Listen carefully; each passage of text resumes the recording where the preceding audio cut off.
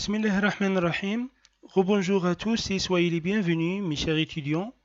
On se retrouvera aujourd'hui pour terminer le chapitre 4 du module physique de surface et transition de phase, la diffusion dans les solides. Alors, rappelez-vous ce que nous avons déjà vu au cours précédent. C'est quoi la diffusion? C'est quoi l'intérêt de phénomène de diffusion? On a fait la définition de la diffusion. Nous nous basons dans notre étude sur la diffusion dans le solide. Et puis, nous avons vu les types de diffusion, le mécanisme de diffusion interstitielle et substitutionnelle. Donc, c'est quoi la diffusion? Surtout, nous avons déjà couvert essentiellement quelle diffusion au niveau atomique, ce qui affecte à savoir la température et l'autre, les vides de matériaux et les types de diffusion. Nous avons vu le terme autodiffusion et interdiffusion, les deux mécanismes. La vacance et l'interstitiel. Par la suite, nous avons vu aussi un exemple d'un couple de cuivre et de nickel avant et après un traitement thermique pour déterminer les profils de concentration. Et puis, c'est dans un type de réseau, c'est du substitutionnel ou bien interstitiel. Et pour un matériau donné, les espèces atomiques interstitielles diffusent, comment contrôler la diffusion. Nous avons également couvert le flux. C'est quoi le flux? J signifie ici le flux est proportionnel à la concentration dégradée. Donc, s'il y a plus de coûts ou moins d'un autre, il y aura mieux dégradé qui vous donnera une plus de grande différence ici. Et le flux G maintenant, ce qui est très important, c'est le coefficient de diffusion. Et par la suite, nous avons défini aussi le gradient de concentration et la pente de la courbe de profil de concentration. Donc ici, toujours dans un régime permanent ou bien stationnaire. Donc, c'est un régime stationnaire. Donc, nous allons la première loi de Figue qui est appliquée dans certaines conditions et notamment, il a négligé l'influence du temps et ici est applicable surtout pour les gaz dans certaines conditions. Alors, ce qui est important aussi, comment déterminer, on a pris un exemple, comment calculer le flux par exemple. Donc, ça, c'est pour la première loi de Fick. Alors,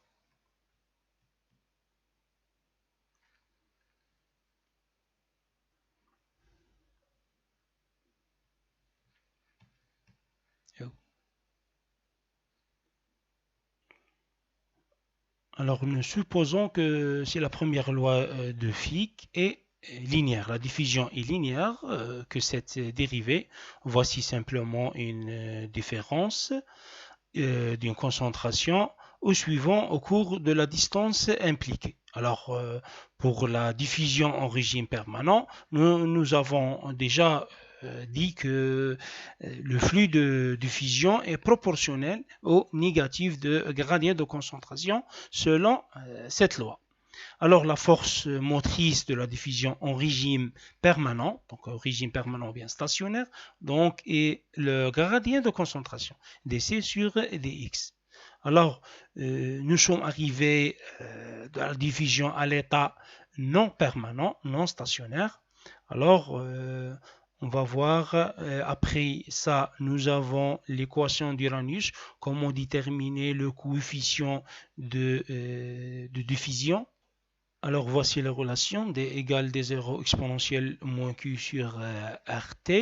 Alors, cela dépend, d est pré-exponentielle, d0 est pré-exponentielle, fait référence au matériau. donc dénormé, et D0 est indépendante, le coefficient de diffusion indépendant à la température, mais relié selon des points de matériaux utilisés. Donc nous prenons cela pré-exponentiel ou multiplié par E, exponentielle puissance de Q des négatifs sur RT, et l'énergie d'activation.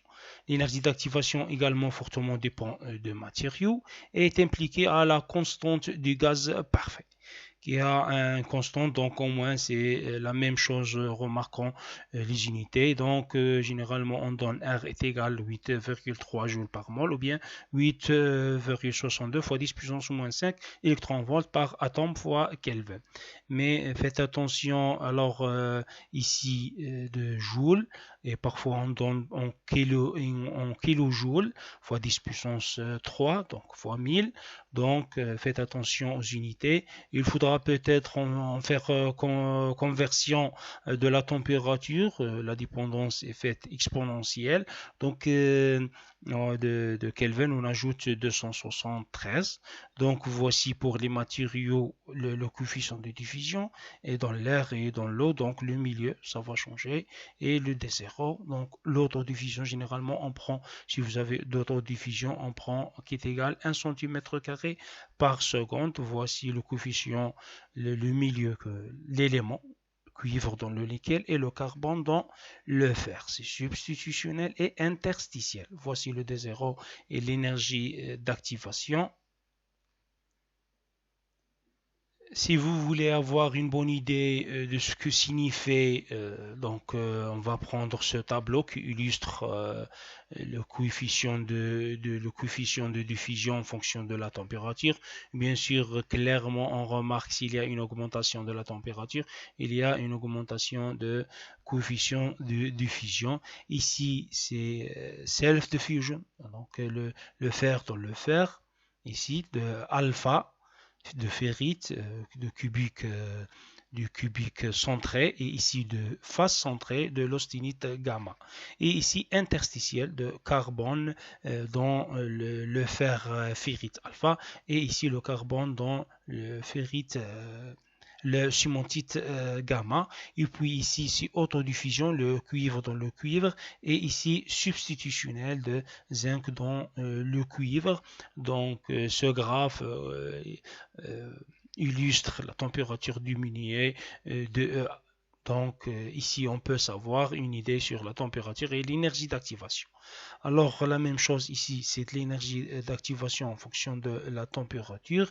Et si vous voulez avoir une idée que signifie ce graphe, donc en remarquant ici la température diminuée de gauche à droite. Donc on commence par 1500 à 300, et ensuite nous partons jusqu'à 300, mais ce n'est pas linéaire. Ce qui est linéaire est cette échelle, nous avons 1000 Kelvin divisé par la température. Ici, 1000 Kelvin divisé par Kelvin. Donc, cela ajoutera en fait 273. Ce sera environ 1773.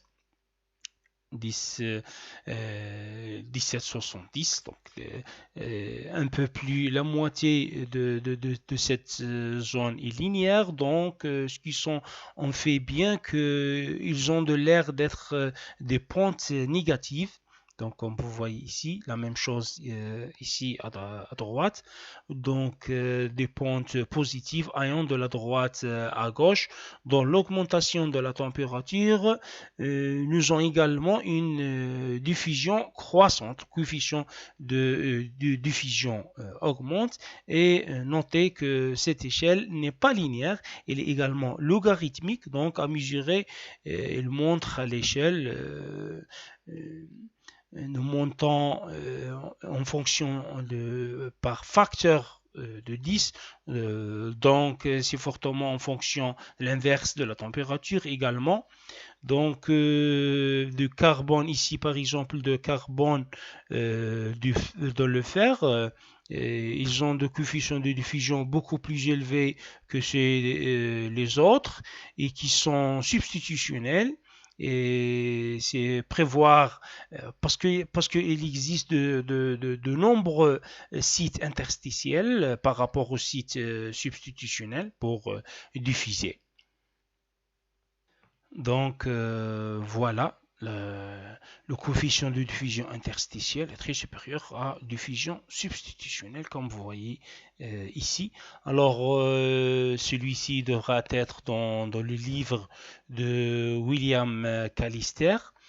Donc, vous pouvez le consulter. Donc, quelque part, j'ai trouvé. Donc, pour cette courbe, alors, nous avons une relation positive entre la température ici, au-dessus de la température réciproque ici, et l'augmentation de coefficient de diffusion, et vous voir des deux ici, qu'un coefficient que d'autres éléments. Ce graphe illustre ou bien expliquer que l'aluminium dans les puces de silicium, que le cuivre est de l'or ici, donc que le cuivre et l'or est l'argent. Bien évident, l'or et l'argent sont très chers, donc pourquoi le coefficient de diffusion? Bien sûr, c'est évident que l'or et l'argent sont très chers, donc nous ne pourrons ne pas vouloir utiliser cela-ci jusqu'à le coût, mais c'est pas seulement le coût, mais elles ont très bonnes propriétés électriques, résistivité particulière faible, par exemple le cuivre a une très bonne conductivité électrique, alors même pour le cuivre, c'est pourquoi nous utilisons parfois des fils de cuivre, mais désormais très facile dans le silicium. Donc, il y a un coefficient de diffusion très élevé, même quand la température n'est pas assez élevée. Donc, ici, le coefficient de diffusion est moins que les autres matériaux. Alors, l'aluminium, ici, comme vous voyez ici, l'aluminium, ça désamorce très facilement dans le silicium. Donc, il y a un coefficient de diffusion plus élevé, même quand la température n'est pas assez élevée, n'est pas chaude, dans la plage de 400 à 500 degrés Celsius. Donc, ici, l'aluminium, par contre, ne le fait pas de diffusion beaucoup. C'est donc l'aluminium diffuse à 500, donc à 500 et à 2 fois, à 10 fois moins que le premier, alors que le cuivre est 10 à presque 10 à 8 fois plus grand, hein, plus, quand tu parles ici de la température dans le silicium, donc nous disons que le cuivre est beaucoup plus probable pour diffuser plus ou moins dans le silicium à cause de problèmes dans le circuit, alors que l'aluminium est beaucoup plus susceptible. Donc, c'est ça la différence entre les matériaux. Alors, pour un exemple, on va prendre cet exemple. Donc, à 300 degrés Celsius, le coefficient de diffusion et l'énergie d'activation de cuivre dans le silicium est tel que donné, le coefficient à 350. Je vais vous montrer de façon de résoudre ce problème en utilisant mathématiquement l'équation. Donc, on donne T à 300 et l'énergie d'activation, faites attention, 41,5 kJ, donc c'est 4150 donc, joules par mol, et on demande le coefficient de diffusion à 350. Alors, comme j'ai montré ici la courbe, ce problème on utilise de manière. Alors je préfère, il y a deux méthodes pour résoudre ce problème. Alors je préfère de trouver D0. Rappelez-vous l'équation D égale D0 exponentielle au moins Q sur RT. Donc on trouve D0. Plus de roulement que deux équations. Alors, nous allons commencer par du roulement, de prendre ces données, de transformer en linéaire. Donc, on met le logarithme et l'inverse de la température. nous avons deux équations ici, l'équation pour D2, ce qui est de 350, voire l'équation 2 et l'équation 1. Donc, ln D2 égale ln D0 moins Q sur R fois 1 sur T2. La même chose pour D1. Donc, l'équation 1 moins l'équation 2, on trouve cette expression. Donc, vous voyez, ln D2 sur D1 est égal au moins Q sur R fois 1 sur T2 moins 1 sur T1. Alors, on met l'exponentielle de deux côtés, on trouve D2 est égal à D1 exponentielle moins Q sur R fois 1 sur T2 fois moins 1 sur T1. Donc ici, on trouve T1 moins T2 sur T1 fois T2. Alors, on applique tout simplement, on ajoute 300, 273 de Kelvin.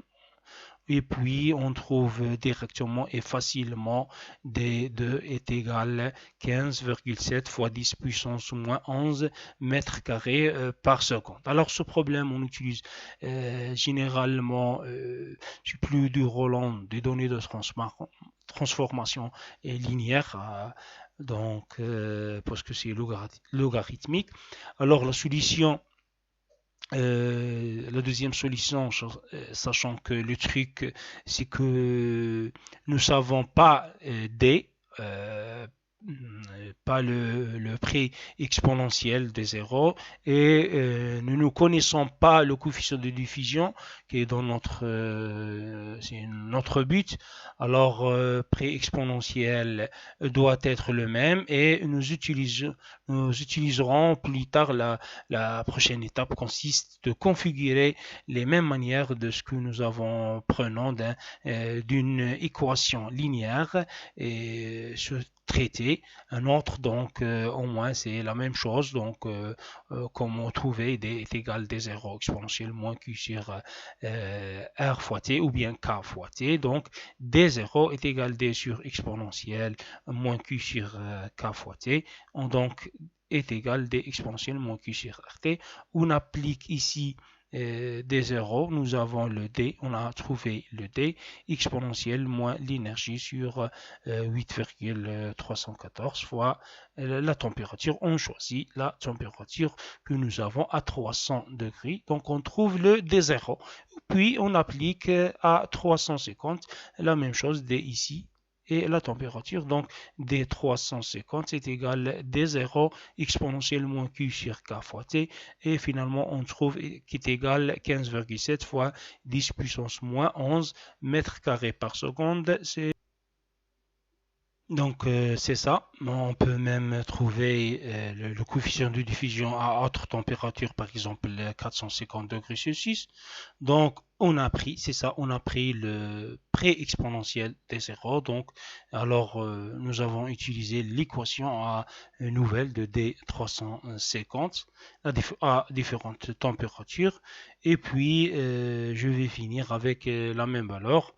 Alors, il y a d'autres exemples. Je ne voulais pas le faire et voici l'exemple, vous pouvez le consulter sur ce lien. Donc, comment trouver le D et le X, sachant que X au carré ici est égal à 6 fois D fois T. Ici, la même chose. X, on va trouver qui est égal à peu près 1 micromètre et le coefficient de diffusion de la même façon. Alors, je dois passer maintenant rapidement à la deuxième loi de Fick. Donc, nous avons dit la diffusion n'est pas permanente. La diffusion généralement est non stationnaire. Donc, la concentration est en fonction du temps et de la position.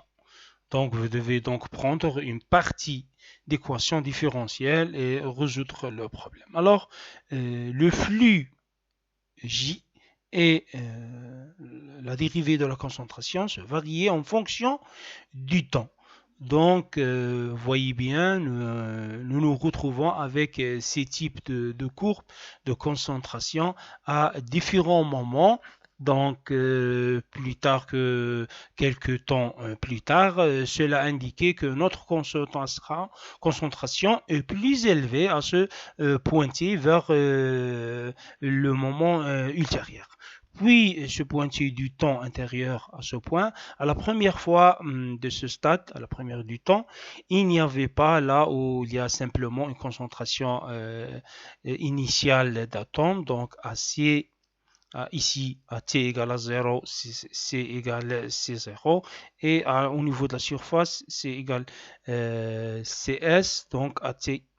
Donc voici le profit de la concentration en fonction du temps et de la position. Donc dans cette part, afin de résoudre ce problème, alors pour la deuxième loi de Fick, nous avons la concentration qui est égale à la masse sur le volume, et le volume qui est égal à la surface fois la distance x. Alors la concentration se déverse, donc se varie, donc delta C, donc ce qui est entré, la concentration, ce qui est entré, c'est pas la même chose avec ce qui lui sortait. Alors la masse aussi, ce qui est le quantité de mouvement entrée, n'est pas la même avec sortie. M, donc c'est delta M, la masse aussi se varie, et S, c'est la surface, ou bien dans certaines références, on trouve A, c'est AR, la surface, donc dans les références en anglais, c'est A, fois X, c'est la distance, ou bien le déplacement, la distance, ici, donc voilà. Donc C est égal M, c'est quoi? C'est la masse ici, c'est delta G fois S fois T. Donc, rappelez-vous, le flux, c'est M la masse sur une surface fois temps. Donc, la surface fois le temps. Donc, M est égal à Gs fois Ti. Ici, on trouve C est égal à J fois S fois T sur S fois X. Donc, on simplifie S avec S. On trouve C dc sur dt. Donc, est égal à dg sur dx, donc dj sur dx. Donc la première loi de Fick, rappelez-vous, g est égal à moins d dc sur dx. Donc on met la deuxième dérivée de flux g et on trouve dc sur dt est égal à la deuxième dérivée de la concentration, fonction de x.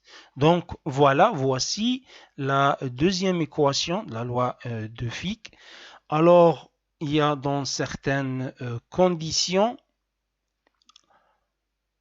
afin de résoudre ce problème de cette équation différentielle avec laquelle nous nous retrouvons cette équation, la concentration à une certaine distance et le temps, au moins que la concentration initiale est divisée par la concentration en surface. Donc, rappelez-vous, quand on regarde des barres de cuivre d'aluminium par exemple, nous examinons donc la surface qui pourrait être, cela arriver jusqu'à peut-être l'aluminium et en cuivre, mais il pourrait n'importe quel au niveau de la surface que nous apportons essentiellement une diffusion d'espèces. Alors, les conditions aux frontières sont les suivantes. Donc, à t égale à 0, c est égal à c0. Et lorsque x entre 0 et l'infini. Donc, si la température est supérieure à 0, C est égal à Cs au niveau de la surface lorsque x est égal à 0.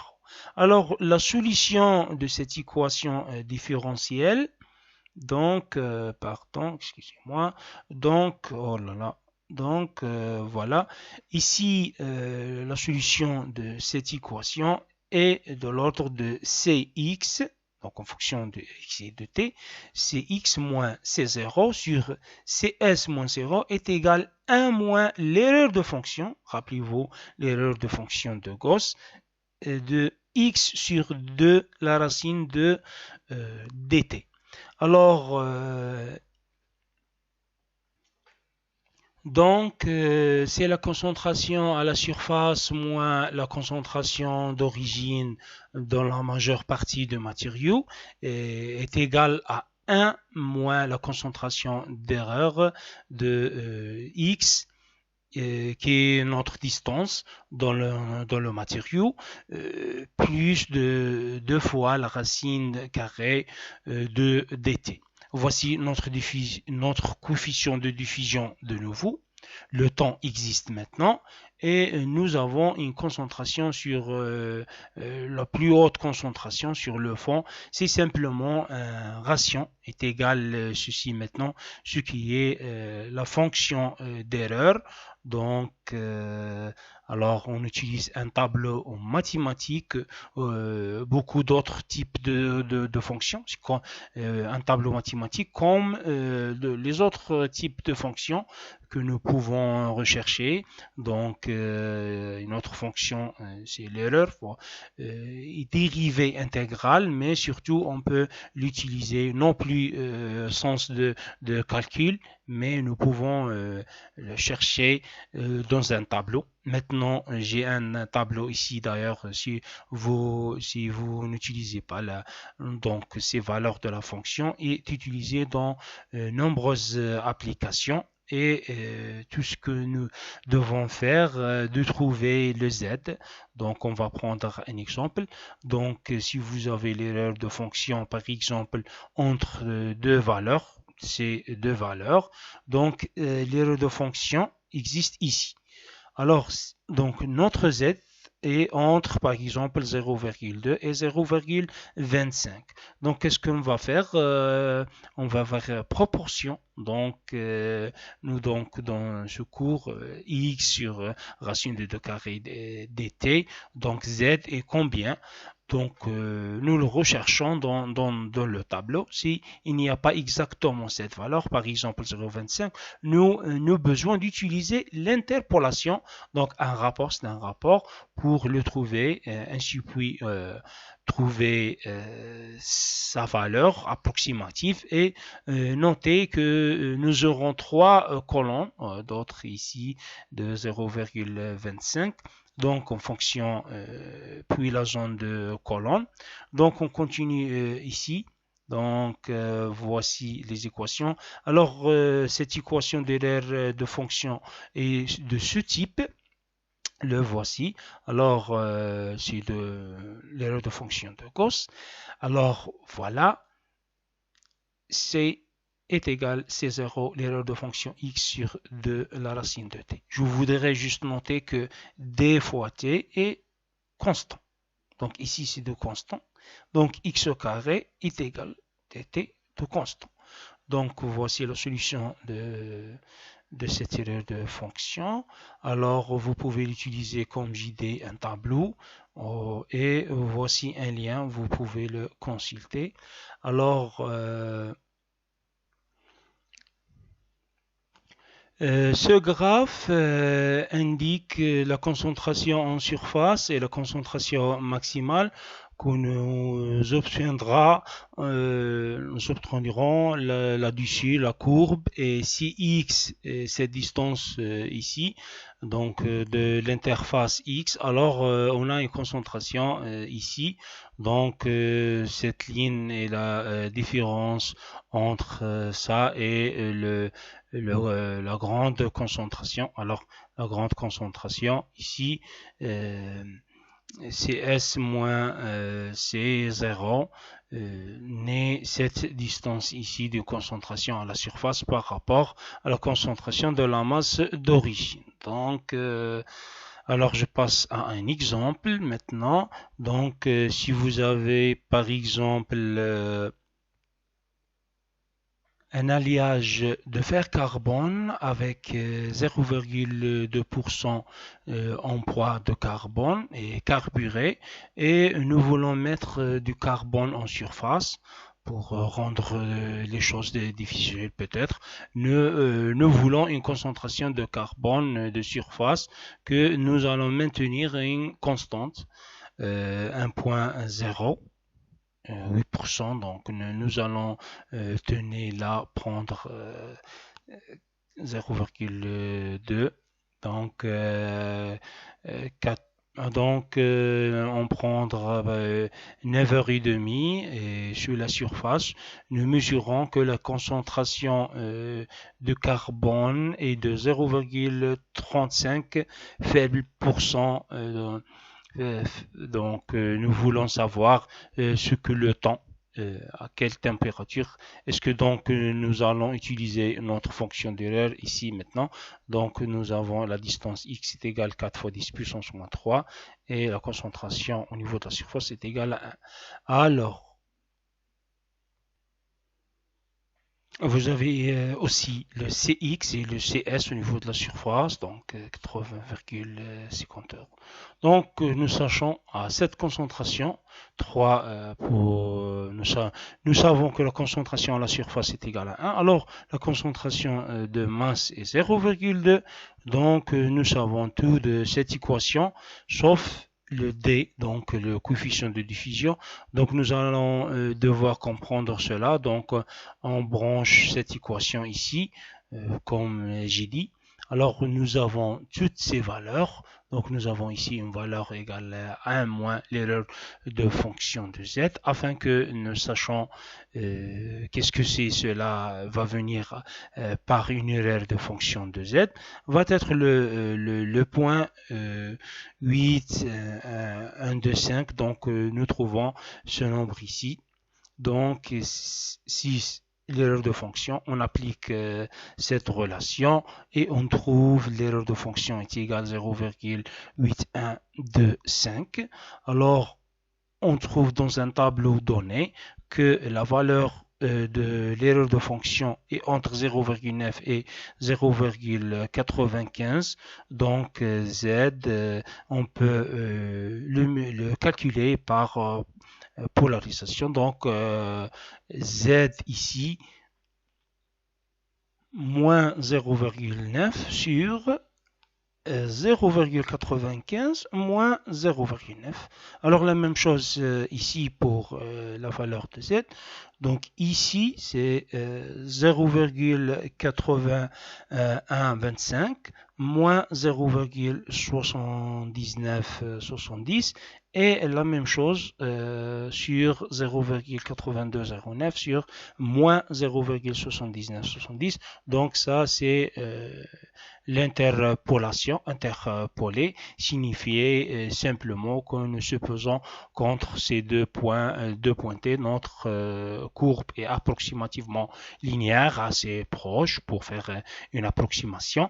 Donc nous définissons cela comme un rapport, le rapport de la différence entre ces deux valeurs de la distance entre le haut et le bas doit être égal au rapport de la distance entre ces deux distances de haut en bas. Donc nous prenons la différence ici et ici nous le réglons égal la différence ici qui est égale Z 0,93, normalement 4 chiffres après la virgule.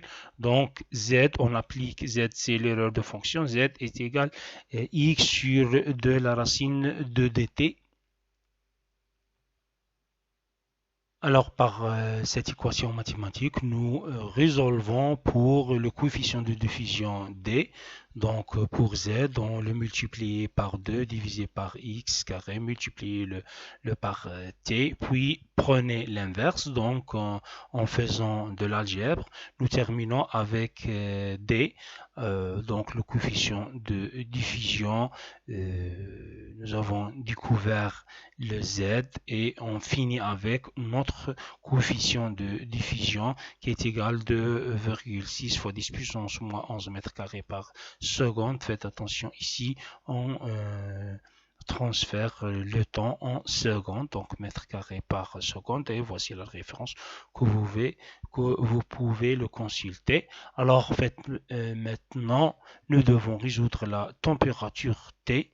Donc, on la branche directement sur notre équation de coefficient de diffusion. Et pour résoudre ce problème, nous devons également savoir le QD et le pré exponentiel, mais ne peut chercher cela dans le tableau et nous pouvons calculer notre température avant d'aller à la dernière étape pour trouver réellement notre température. Donc, on n'a pas encore terminé. T est égal Q sur R, ln D0 sur T. Donc, selon le tableau, les valeurs de T0 et Q, on trouve directement ici par joule, pas par kilojoule, et on trouve T est égal 1300 Kelvin, ce qui est égal 1027 degrés Celsius. Je voudrais juste noter que la diffusion de carbone dans le fer, ici dans le fer cubique à face centrée, est différent de cubique centré, donc BCC. Donc le fer qui se diffuse de plusieurs choses que vous devrez regarder dans le tableau que nous avons déjà vu. Donc voyez soigneusement et découvrez comment fonctionner. C'est l'espèce diffusante, c'est ce qui se passe dans un métal haute. C'est donc du fer en fer alpha, et le fer alpha est à des températures différentes. Donc c'est seulement entre ceci. Donc alors le fer alpha est à température différente. Donc c'est seulement entre celui-ci température, alors que le fer gamma est entre ces températures. Nous avons donc notre pré-exponentielle et ici notre énergie d'activation et le D, le coefficient de diffusion. Alors nous pouvons utiliser l'un de ceux-ci, donc regardons nos unités droits, et nous avons même calculé la valeur pour ces différentes températures. Et de nouveau pour le fer. On fait maintenant ici, nous avons de carbone en fer et de carbone en repassé, et remarquons comment notre pré-exponentielle a considérablement changé par rapport à ce que nous avons ici à notre diffusion. Le coefficient est très différent pour le carbone dans le fer que dans le fer dans le fer. Alors c'est beaucoup ici parce que le carbone est beaucoup plus petit d'atomes et d'entre donc dans interstitiels, c'est des sites interstitiels plutôt que des sites substitutionnels. Donc encore une fois, c'est l'exemple de cuivre qui entre dans le cuivre et zinc, entre dans le cuivre d'aluminium et l'aluminium ici, afin que nous avons notre température égale à très une centaine de Kelvin par 273 degrés Celsius. Alors, donc en régime, nous avons une diffusion plus rapide pour plus ouvert de matériaux de structure cristalline, qui ont une structure cristalline, qui ont des coulages secondaires tels que les polymères par exemple, pour de petits atomes diffusant, et pour nous donc sous cours de X sur la racine carrée de dt, donc Z est que nous cherchons dans un tableau maintenant, par exemple, s'il n'est pas la valeur 0,25 exactement, nous avons besoin d'utiliser l'interpolation pour le terme, pour trouver la valeur approximative. Donc, nous avons les trois colonnes. Et voilà, nous sommes arrivés à la fin de ce chapitre. Pour résumer, alors après une étude approfondie de ce chapitre, nous devrions être en mesure de faire ce qui est la diffusion, le phénomène de diffusion. C'est quoi l'intérêt de ce phénomène? Nommer et décrire les deux mécanismes atomiques de diffusion, interstitiel et substitutionnel, faire la distinction entre l'état d'équilibre de diffusion non stationnaire et stationnaire, permanent et non permanent, et ici décrire la première et la deuxième loi de Fick, l'équation différentielle. Donc définissez tous les paramètres, la concentration, le flux, etc. Et notez aussi le type de diffusion de chaque équation qui sont notamment appliquées, et aussi écrire la solution de la deuxième loi de Fick pour diffuser dans un solide semi-infini lorsque la concentration des espaces suffisante à surface maintenue constante. Alors, quoi d'autre? Nous avons, on peut faire, définissez, vous pouvez définir les paramètres de ces équations et calculer, bien sûr, le plus important, c'est de calculer le coefficient de diffusion pour certains matériaux à une température déterminée. Donc, on compte le constante de diffusion, le D0, l'équation d'Arrhenius, et noter la différence entre le mécanisme de diffusion pour le matériau solide ionique et le mécanisme de diffusion. Donc le terme auto et interdiffusion, et aussi donc le gradient de concentration selon la première loi de Fick, l'équation mathématique, l'erreur de fonction, comment trouver le z dans un tableau, et les conditions limites, la solution pour une condition limite de composition de surface, constant impliqué, l'erreur gaussienne, fonction d'erreur gaussienne, et le facteur qui influence la diffusion, l'amplitude du coefficient de diffusion. On a dit qu'il est indicatif à la vitesse de mouvement atomique. Alors, quoi d'autre?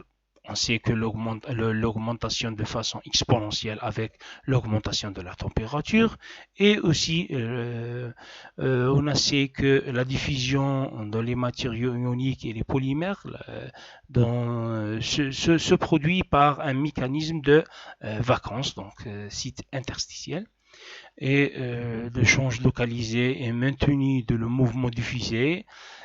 Quoi d'autre? Ça, c'est en grosso modo ce que nous avons vu.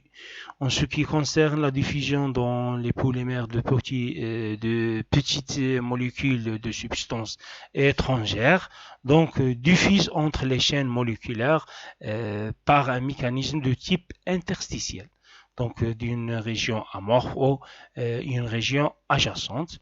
Alors que c'est ça, la diffusion des espèces gazeuses est souvent caractérisée en termes de coefficient de diffusion perméabilité, et qui est le produit de coefficient de diffusion et la solubilité dans le polymère.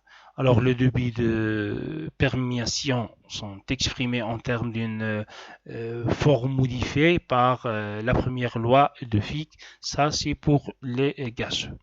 Alors, je termine ici. Donc, je vous remercie pour votre attention, et voici les références que je l'utilise. Donc, notamment le livre référentiel Material Science and Engineering pour l'auteur William Callister. Donc le 8e édition, c'était en 2009. Je pense qu'il existe même la 10e édition. Donc c'est un livre vraiment extraordinaire. Donc je le mets en rouge ici, et les autres références comme d'habitude, et les références en français et en anglais. Donc n'hésitez pas de me contacter si vous avez des questions. Vous pouvez me contacter par email, notamment par email, ou bien par les réseaux sociaux. Donc toujours, si vous avez des remarques, peut-être des erreurs que je l'ai fait, n'hésitez pas de me signaler, de contacter.